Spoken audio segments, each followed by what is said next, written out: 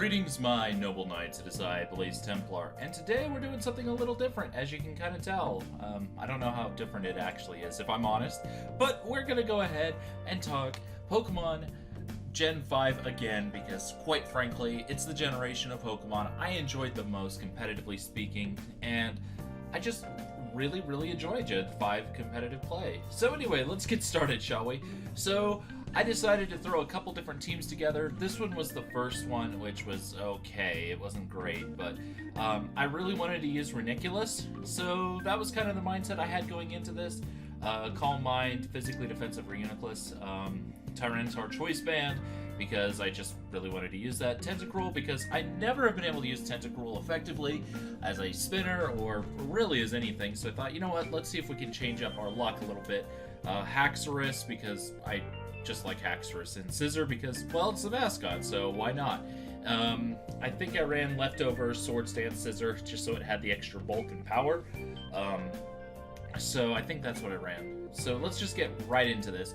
Anyway, apparently we also need to speed up. So I decided to lead Tyranitar as it hits his entire team pretty hard, and getting the sand up early is always nice. So that's exactly what I do, and I go for the Stone Edge to take out Glaceon, and I miss Stone Edge. This actually happened a bunch with this Tyranitar set, which was really quite frustrating, but I know it can take basically anything from Glaceon just because Tyranitar has pretty good special bulk naturally. So I stay in and go for the second Stone Edge, take a Signal Beam for my troubles, but take out the Glaceon, and I go with Landorus because it's bulky and deals with physical Lucario no problem, and I decide, you know what, I'm going to go into Lando, see what he wants to go for, see if he's a physical set. If it's a special set, that could be a big problem, but I outspeed and take him out, so, I mean, I'm not going to complain. I'm not sure how I outsped, but I did. But anyway, Gyarados is going to come in. I have an option. I can either hard switch out and save my Lando, or get my rocks up, and I really want my rocks up. So I decided to leave Lando in to die, and my phone's going to go crazy, apparently. But I get my Stealth Rock up, and now I can go to Tentacruel and just go for Scald. This was a little bit of a panic option at the time, but I get the immediate burn, and so my initial worries are completely gone, and now I know he's got like all levitators except for the Credilli, but I'm just stunting on him at the moment with the Toxic Spikes because they are completely useless, and I knew that going in. Right now I'm just leaving Tentacruel in as Death Water and kind of messing around, because even at +3 Dragon Dance, it's not going to be enough to take me out, and that means with the burn, he's going to be in Bullet Punch range. 4%, really not too hard to take out, so boom, Bullet Punch. No more damage, lost Tentacruel, but that's fine. Electros is going to come in. Those Toxic Spikes completely pointless, like I said, but we can go into Tyranitar, dodge the fire move with Scizor, which is kind of important, and then threaten with Tyranitar, and I'm just going to go for the Crunch because it is banded. I know he's got the Hydreigon in the back, but I don't care that much because Tyranitar with the the band hits pretty hard. So that's kind of what I'm going into, and because Tyranitar's a boss, it lives the Signal Beam on like 1% health. It's like, I don't even know, that's maybe 3 HP. Do a huge chunk of damage with that Crunch, but between the Life Orb and the Sand, Hydreigon is in a spot where Bullet Punch will take it out as well. I haven't needed to show any other move, which is kind of one of the things that Scizor likes to do, is just spam Bullet Punch. Haxorus comes in. It does predict the Dragon switch, apparently, which is nice for him, but Dragon Claw kind of weak off of Electros, and Outrage will clearing it up, no problem. This was a Lumberry Haxorus set, as bypass burn, bypass the confusion, all that fun jazz. I think I just ran 4 attacks, just spamming attacks with it with max speed, max attack. So it was a pretty simplistic set, but it worked all right, I think. That team I did change quite a bit in the future, but that's neither here nor there. Like, I replaced Haxorus with Latios because I needed the speed, and so forth and so on. I also replaced Reniculus, and I think I also replaced Tentacruel in the future. So there's that, but then we actually came to a different team I built, which used a couple of the same Pokemon. The Choice Band and Tyranitar I really felt like using recently, so I did, and then Normal Gem Landorus Therian. Then I threw Starmie on because I like it as a spinner way better than Tentacruel. It's faster, has recover, and all that jazz. So yeah, I prefer that. Threw Conkeldurr on because it doesn't mind sand too much with leftovers and Drain Punch. Heatran, especially defensive Heatran, is a boss, and then Quagsire, which just basically goes, oh, you're a setup team. I don't care. So that's kind of what the team is. It has most things checked pretty decently, I think. And we're going to switch sides real quick. Tangrowth is the lead, and my initial thought was, oh, Tangrowth, it's going to want a Sleep Powder, so I can U-turn and go into Starmie, void the Sleep Powder, and Natural Cure it off, because I'm running Natural Cure Starmie, as I am a utility set. But he goes for Substitute, and I've got into Starmie, so, oh, what a pain in my neck. So I'm going to go right back to Landorus T. No, I'm not going to get the Intimidate going, but he Leech Seeds, a really annoying thing, but we're just going to U-turn on it, break his sub, and go into Heatran this time. If he wants to sub again, that's fine, because now I can threaten and outspeed with Lava Plume. Earthquake's going to do a nice chunklet, but he's not physically invested, so I can take those. And I'm just going to spam Lava Plume just to make sure it scares him out. Now, Soul Rock, I don't really know what this thing wants to do.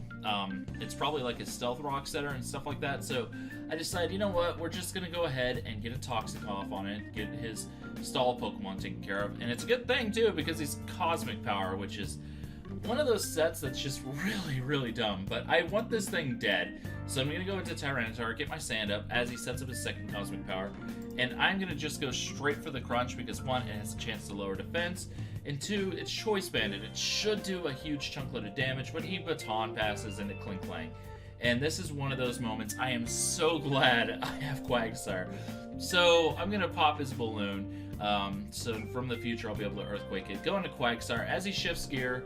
And this thing actually looks terrifying, but I don't care in the least because Quagsire is unaware of all those boosts. And I'm just going to Scald, do good damage, which probably indicates that, yeah, I'm unaware. I don't care. And I'm just going to spam Scald because it hits his entire team for decent, and excluding the Tank Growth, but I can burn that, which wouldn't be the worst thing in the universe. So get that burn off on Gengar as he goes on the switch, and then, of course, I can't stay in. I don't want to eat, like, a Shadow Ball from Gengar. Quagsire is not exactly great on the special defenses side, but I do have Heatran, and this is specially defensive Heatran, and so I'm just going to hard switch into there. He's got Flash Fire, though, so the Will-O-Wisp kind of just powers me up instead. I'm going to Protect, kind of see if he has the Focus Miss. Doesn't seem like it, so this is a good opportunity to get my rocks up. Eat another Earthquake for my troubles, but Heatran, being such a boss, survives it, and I'm just going to Protect this turn. Just to get my leftover recovery going a little bit more, wear him down with some more toxic damage, and now I'm going to switch. Hard switch into Lando T as he Baton Passes, and that's actually not the worst thing in the universe because the Intimidate did get off on the Tangrowth, but I just want this thing dead. It is the one problem for my Quagsire. Should Soul Rock manage to get more Cosmic Power boosts to it, that could be a big threat. So I'm just going to Normal Jam Explode on it, take it out, no problem. And now I can go into Conkeldurr. Does pretty well against the rest of his team, barring the Gengar. And so he's going to Scald, kind of silly because I am a Guts Pokemon. Drain Punch pops the balloon, gets it down to about 30% health. And Conkeldurr is looking nice. I can just Mach Punch, take out Embor. No problems there, not risking a critical hit, getting me lower than recovery could get from Drain Punch. In comes Hydreigon. I don't know what this thing has, so I'm just going to go straight into Heatran. And he goes for the Fire Blast, so that's nice for me. And I really don't know what this Hydreigon has to offer, so I'm just going to Protect this turn. He's got the Superpower, and at this point, I know he's probably going to overpredict, because why would I stay in with my very useful Heatran against a Hydreigon like this? But here's the thing. Quagsire deals with his Klinklang, no problem. Gengar is weakened quite a bit and burned, so he'll take rock damage, he'll take burn damage, and then he'll take sand damage, which will pretty much take him out. And then, of course, Soul Rock is almost dead too, so I really don't necessarily need Heatran, so I don't mind staying in and risking getting hit by the Superpower, but of course he goes for the Flash Fire over-predicting. And at this point, I'm going, you know what? I'm able to switch back to Protect, so I'm going to do that. If he goes for Superpower, that's fine, because he'll just hit my Protect. And if he goes for Fire Blast, that's fine too, because he's using up his handful Fire Blasts. Now, I don't know what all he's got, but considering those are the 2 moves he's going for, they're probably his most effective against my team. And I can just go into Quagsire, take either Superpower or Fire Blast, no problem, and that's exactly what happened. He goes for the Superpower, lowers his attack, and he's going to give up there, which I don't blame him. And this was one of the annoying things where your icon avatar changes whenever you clear your data on one of your computers, which was super annoying, but hey, we got it done. And last but not least is the actual other battle I wanted to get into with this Heatran, which was just driving people insane. And let's just get started. This team actually is pretty threatening. That Garchomp base 102, very quick, pretty powerful, and bulky. The Crocodile could be annoying, especially if it's like a Scarf Moxie. That could be a huge threat. Choice Band Moxie is also an option to consider. I don't like that in OU, but hey, it can do work. And Infernape is very quick, very frail, but very quick and has good coverage. So those are some of the Pokemon I think are going to be his biggest threat. Starmie is obviously going to be a spinner. And of course, Venusaur is his grass. So he's got the Fire, Grass, Water core going. Understandable. I'm going to lead with Lando, as it does pretty well against most of his team. And he goes Infernape, which doesn't surprise me, but I need to know if this thing's physical or special, so I stay in and just get that off. But I am scared of the Ice Punch. I don't want to risk getting Ice Punch, so I'm just going to hard switch into Starmie. But he goes to Gengar. I can't stay in, understandably, and he goes for Dark Pulse. Little surprised he didn't go for the Shadow Ball instead, but okay. Anyway, Heatran gets to come in pretty safely, pretty fully. I'm gonna my rocks up, intimidate the Crocodile just to lower its attack, and it goes for Outrage, and holy smokes, that is most definitely banded damage. So I'm gonna go into Heatran. I resist the Outrage. I have pretty good physical bulk naturally and HP, as I did invest heavily in there, and so that works out all right. I'm gonna go for Lava Plume, do about half his health from 1 Lava Plume, and I'm just gonna spam that at the, or I thought I was gonna spam it, but I guess I kind of predicted the Starmie coming in, so I did that, or switch anyway. But Starmie comes in. I actually decided to stay in and U-turn, because if he spins away the rocks, he loses Starmie, which is huge. If he attacks, that's fine too, because then I can go into something that forces him into a tough spot, which is exactly what happens. And now I can go into Tyranitar, Pursuit Trap him. He's going to Thunder Wave, probably the best play he could have made there, that or Spun. And so I'm just going to Pursuit Trap the Starmie, take it out, no problem. In comes Venusaur, and that's a little annoying. But I do have Heatran still, so this is definitely going to be a little bit tedious. But regardless, he's going to go for the sub, and I'm going to Lava Plume, just break that sub. And honestly, because he's got Leech Seed, he technically could win this war.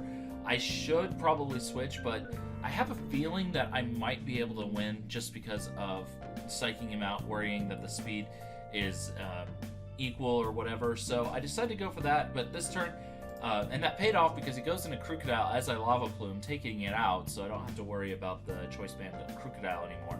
And then I'm going to go ahead and Protect just to block the Fake Out. Sure, it gives him his health back, but I do get the advantage of not having to worry about one of my Pokemon eating a Fake Out. So now I'm going to go ahead and switch to Starmie. Unfortunately, close combat gets a critical hit on Starmie. Poor Starmie. Really not getting to shine right now, but I'm going to go for the Scald. I really need Infernape out of here. It is a huge threat to my remaining Pokemon. Thankfully, Starmie outspeeds, and I'm taking it out. Now, in comes Venusaur.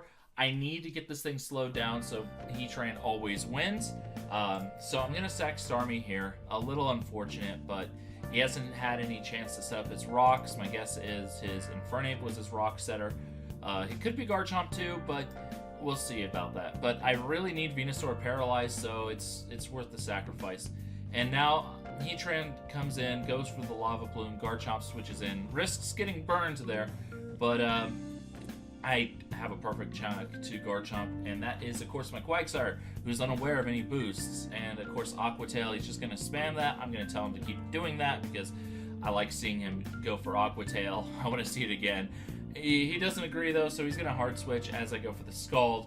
A little annoying that I didn't get the burn on Garchomp at any point so far, but that's okay. I'm going to just go straight back to Heatran, and because I am actually faster now, thanks to the paralysis guaranteed, it puts him in a tough situation, and I'm just going to go for another Lava Plume. If he switches, that's fine. It should take out his Gengar, or it should hurt his Gengar quite a bit. If he goes in Garchomp, that's fine too, because I could burn him, and that's exactly what happens.